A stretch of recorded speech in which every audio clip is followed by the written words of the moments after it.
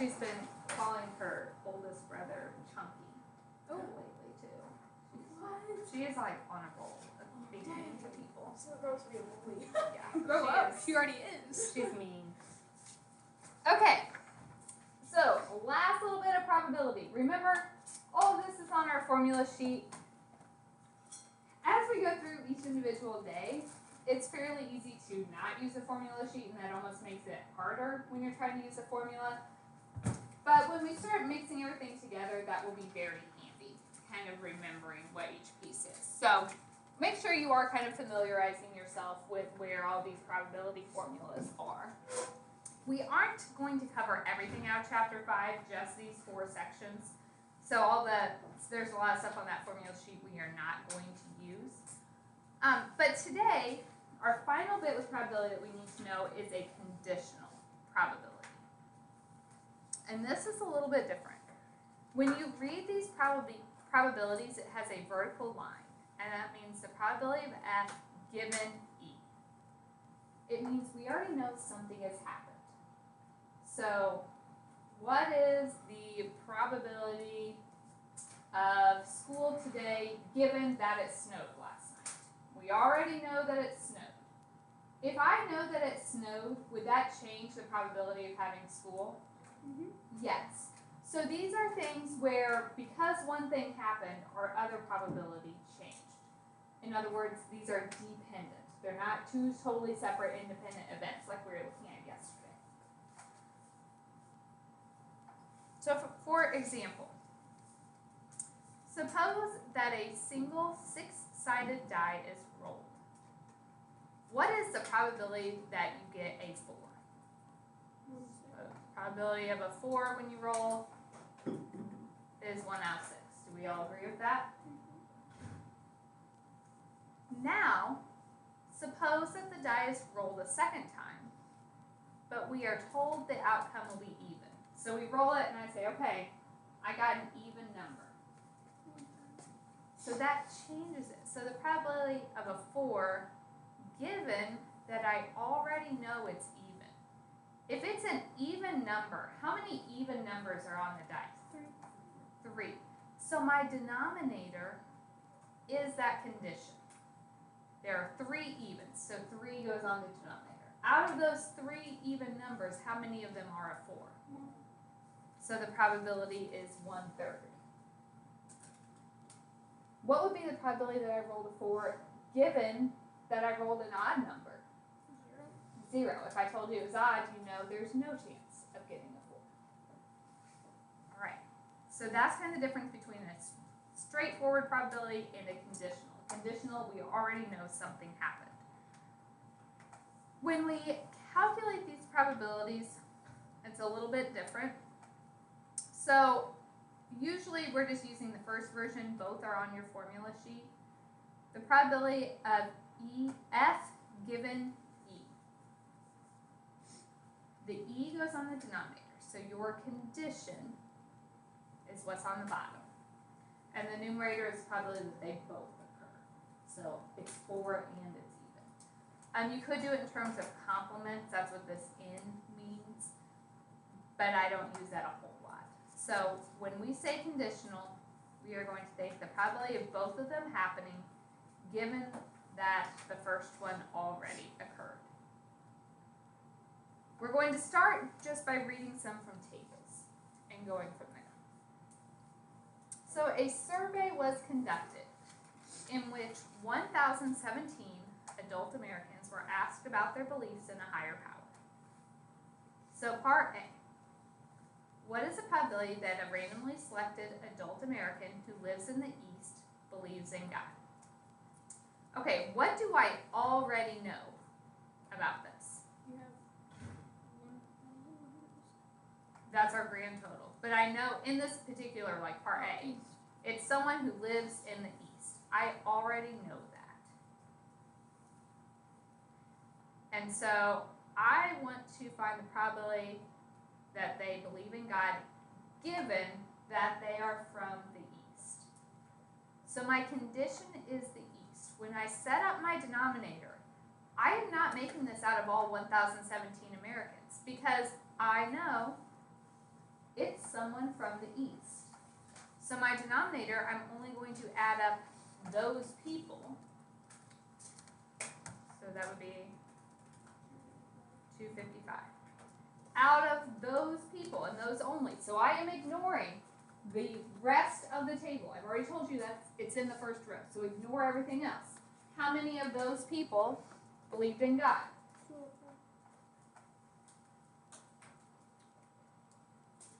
204 out of 255 is 0.8.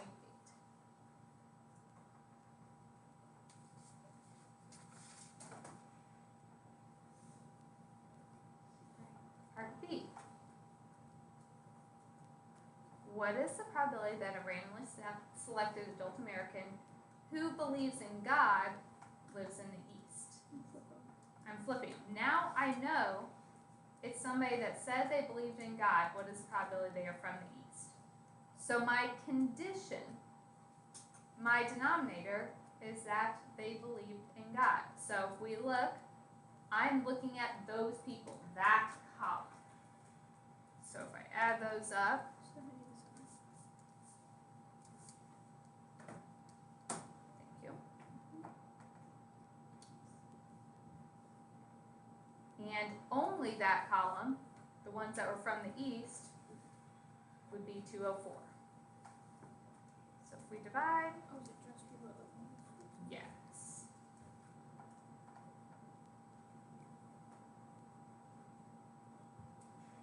So we get 0.259. So when you have a conditional, the condition is your denominator, and that's all you're looking at. You're ignoring the rest of the numbers. Oh, more murder. Stats book uses a lot of that. Is this one okay? Let's look at some more. In 2005, 19.1% of all murder victims were between the ages of 20 and 24 years old. Also in 2005, 16.6% of all murder victims were 20 to 24-year-old males. What is the probability that a randomly selected murder victim in 2005 was a male? So I'm looking for the probability that they are a male, given that the victim is 20 to 24 years old. Okay. My denominator is my condition. How many were between 20 and 24? 0.19. That 19.1%. The numerator is both. It's a male and 20 to 24. So the 20 to 24-year-old males, that was 0.166.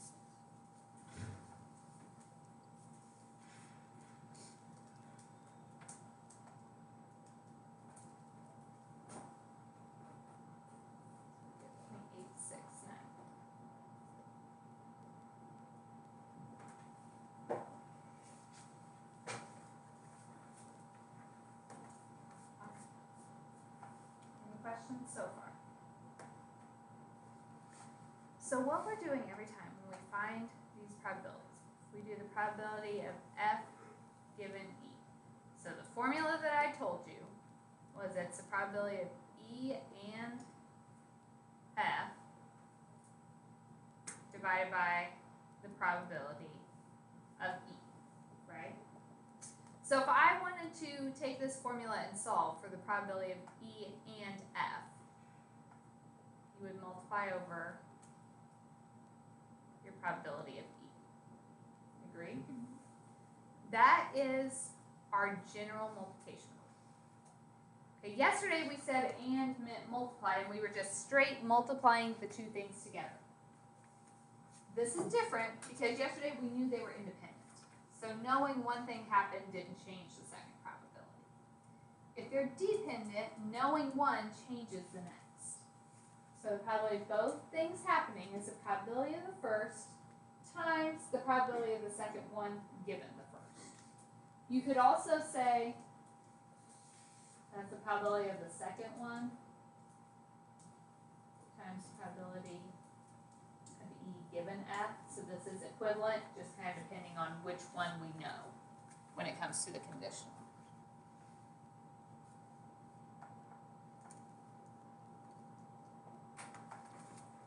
So that is our final probability formula. And now we're just going to practice utilizing this. And still means multiply, but if they are not independent, we have to multiply the first times the probability that the other one happens if the first already occurred. So if I want to kind of go back to this same blurb, and I want the probability, I guess I did give you some different numbers here. And so we still have the 19.1%, we're between 20 to 24 years old. So the probability that we are between 20 and 24 is 0.191.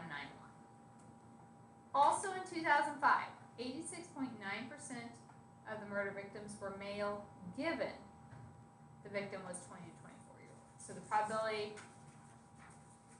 of male given 20 to 24 is 0.869. If we already know the victim was in this 20 to 24 year old age group, then the probability of being a male is 86.9%. What is the probability that a randomly selected murder victim was 20 to 24 year old male? So I'm finding probability that they were 20 to 24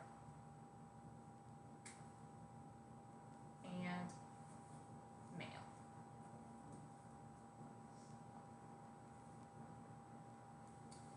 So and means multiply. It's just the probability of the first one times the probability of the second one given the first. So the probability the person was 20 to 24 is 0.191. The probability of being male, if we know they are 20 to 24, is 0.869. So it's again an and, we're just multiplying.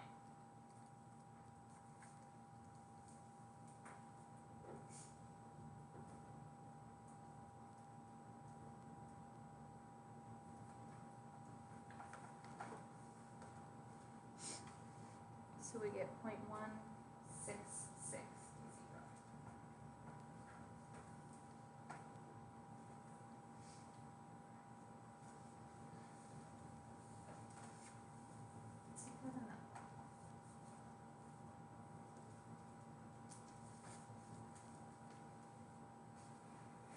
Suppose that of 100 circuits sent to a manufacturing plant, 5 are defective.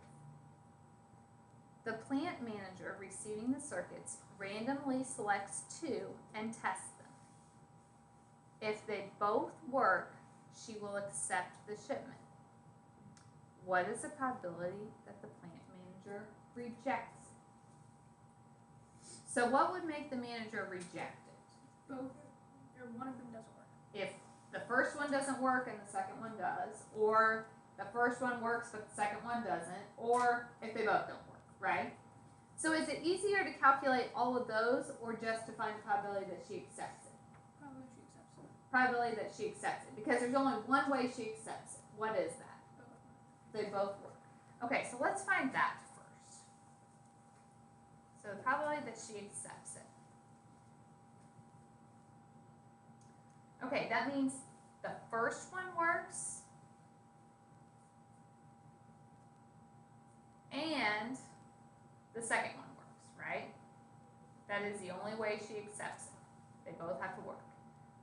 The first one working, how many working circuits are there?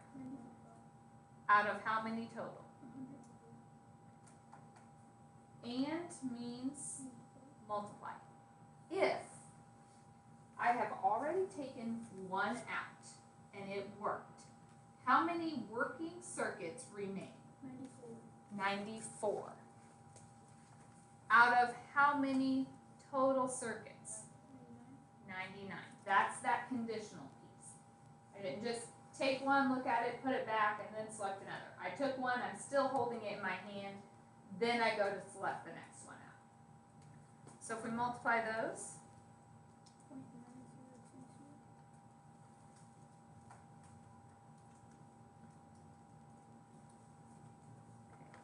so there is a 90.2% chance that we accepted.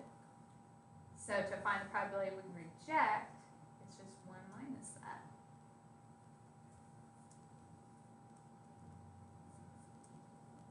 And we get, so there's about a 9.8% chance that we would reject the ship.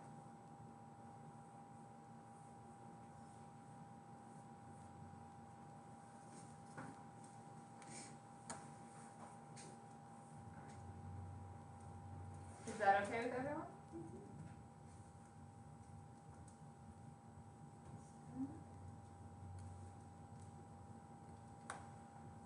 Of 3,215 individuals surveyed, 130 agreed with a recent bond issue.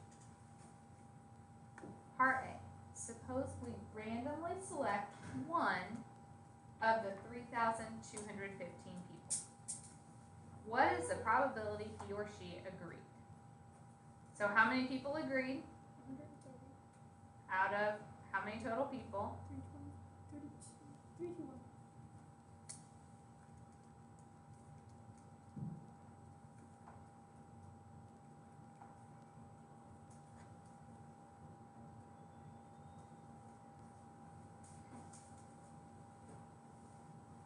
If 2 individuals are selected, what's the probability they both agree? So probably the first agreed and the second. Okay, they both have to agree. Is it though? Oh, you gotta take away the one. Yeah, because the first one, there's 130 out of 3215. But if I'm standing there talking to people, am I going to turn around to talk to the same person again? No. So now there are only 129 people that I didn't talk to out of 3,214 remaining.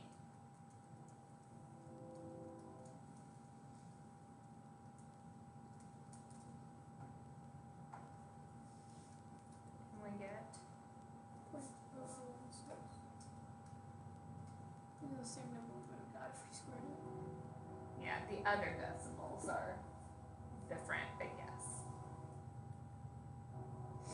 If you kept, I'm going to keep a couple more just to illustrate a point here.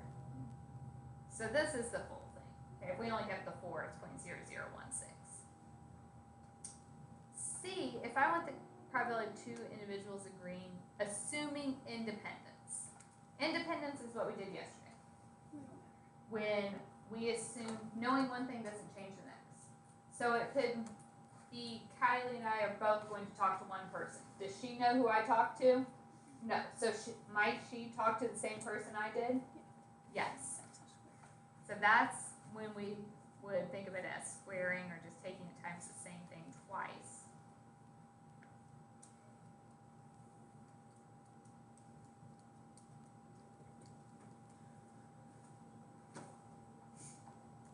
We get 0.001635. Okay, I'm only keeping all these decimals to show something here. If we rounded to 4 decimals, didn't we get the same thing in both of these? The reason is to deal with the the relationship between the size of our sample and our population. When you're dealing with big populations, they almost become independent, even if they're not. So that can kind of happen there. In general, if the sample is less than 5% of the total population, they become independent. We don't really use that right now, so if you don't remember it right now, that's not a big deal. We'll talk about it again in like chapter 7. It comes back into play. But that's why those two were almost the same. All right, let's take a look at this one. Suppose a computer company just shipped 10,000 computer chips to a computer company. Unfortunately, 50 are defective. Compute the probability that 2 chips are defective using conditional. So that's when the second one changes because the first one has already happened. What's the probability of the first one being defective? 50 out of 10.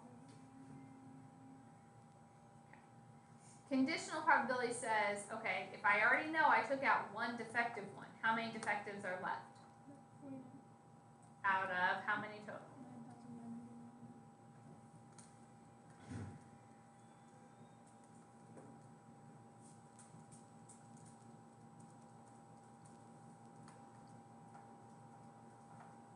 So my calculator gives me 2.45 at the end, e -5. So remember that moves your decimal back 5 places.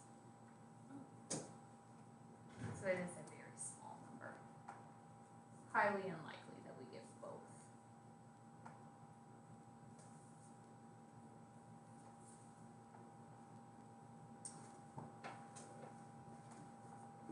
B, if we're assuming independent, then what's different? It's both the same number.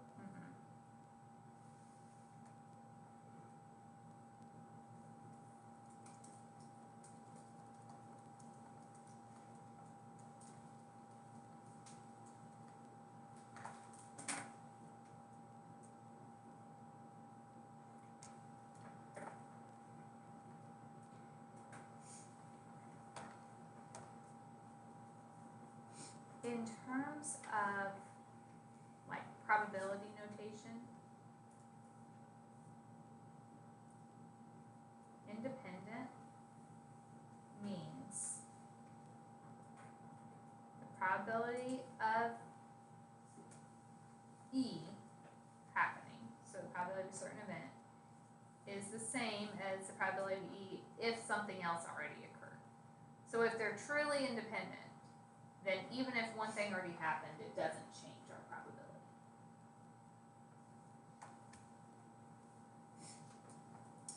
Alright. That's where I wanted to stop today because I really want to give you guys time to do homework in class and ask questions. Tomorrow, no new material. We are just reviewing and putting all of it together. If you are, who's going to be gone in here? Okay. I have a handout for you guys that I'll give you. So, on this homework, oh, sorry, I lied. I have one more example. Can I do one more? I completely forgot about that one. I thought Got ahead of myself. Alright. This is just practicing using our formulas a little bit. So, if I look at my formula sheet, okay, I have a regular probability, I have a conditional, I have an and. So that is like a couple different options. You can do the conditional probability or the general multiplication. Just change your E's and F's to A's and B. So the probability of A and B is the probability of A times probability of B given A. I just use my general multiplication. So then we plug in our stuff. I don't know A and B. Probability of A is 0.7. Probability of B given A is 0.4. And we get 0.28.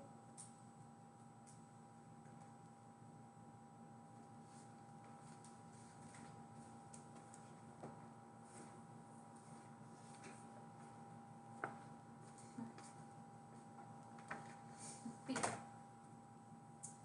Okay, I have again the same types of things, but you'll notice if I do the probability of A and B equals probability of A times probability of B given A. Is that the stuff I have in this?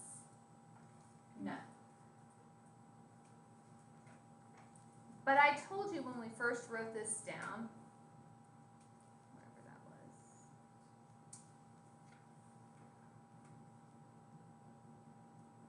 you can also flip those variables. So since I don't have it, it's also the same as the probability of B times probability of A given B. So we can flip all of our A's and B's. And that one we have. A and B is 0.4.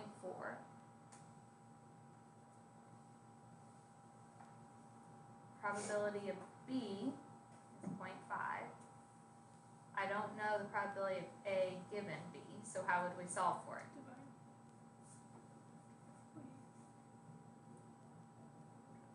A.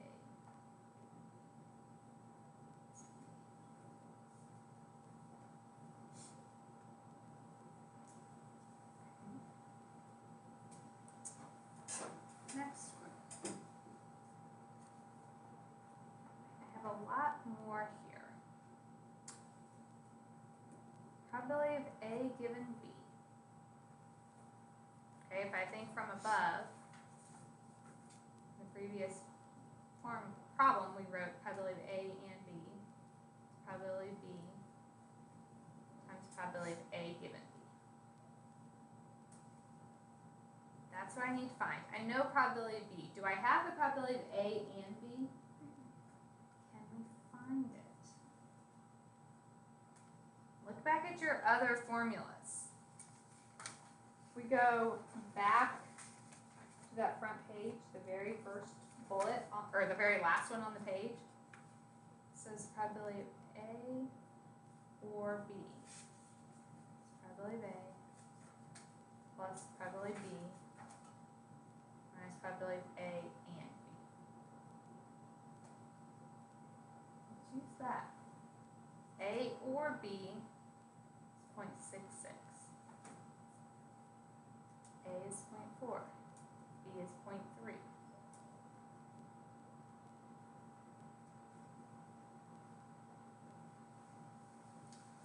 Okay, so 0.4 plus 0.3 is 0.7.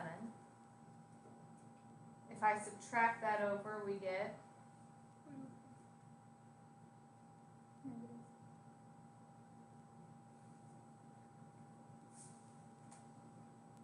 so probability both A and B is 0.4.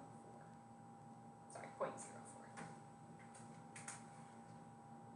So I'm going to use a couple formulas here to find what we need. What's wrong? It's just that it's really small. Oh, I'm There's sorry. no room Oh, on your slide. there. Yeah. I apologize. It's okay. Downside of printing notes, I can't blow up the slides on your paper, so my fault. So probability of A and B is 0.04. Probability of B is 0.3 times probability of A given B. So to find the one I want, what do we have to do? Divide by 0.3.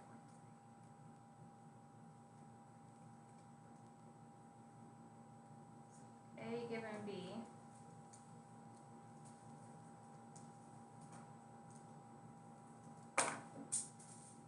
turns out to be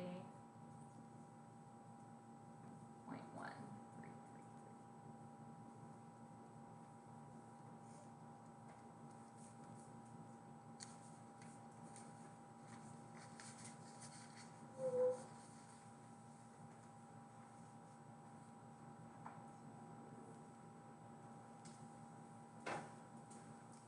Last one. What does the line over the top mean? It's another way of writing the complement. So when I first showed it to you, I said you can have a little C up the top, or it might just be a line across top. So the probability of B, I know the probability of not B is 0.4. So how would I find the probability of B?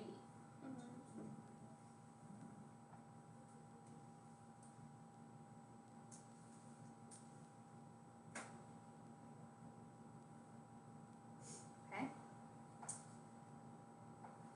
Probability of A. So if I look at the things I have A or B, not A and B, I have B. Do the first addition of the disjoint ones. I don't know that they're disjoints though, so I'd have to do the general addition.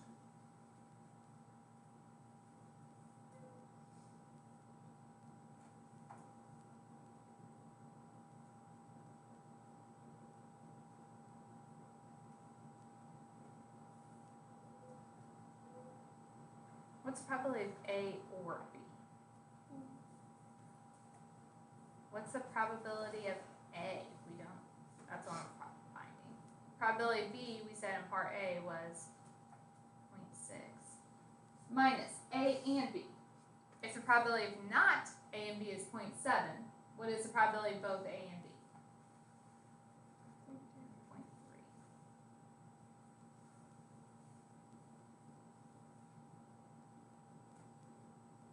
Subtract that over and probability of A is 0.7.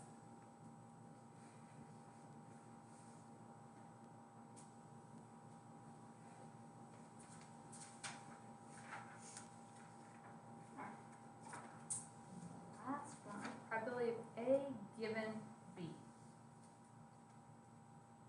There's two different formulas involving the A given B. We could use either. I've been using the general multiplication, but we could very well just use the conditional probability formula as well if you wanted. That's probability of A and B divided by the probability of B. What's the probability of A and B? What's the probability of B? So 0.3 divided by 0.6.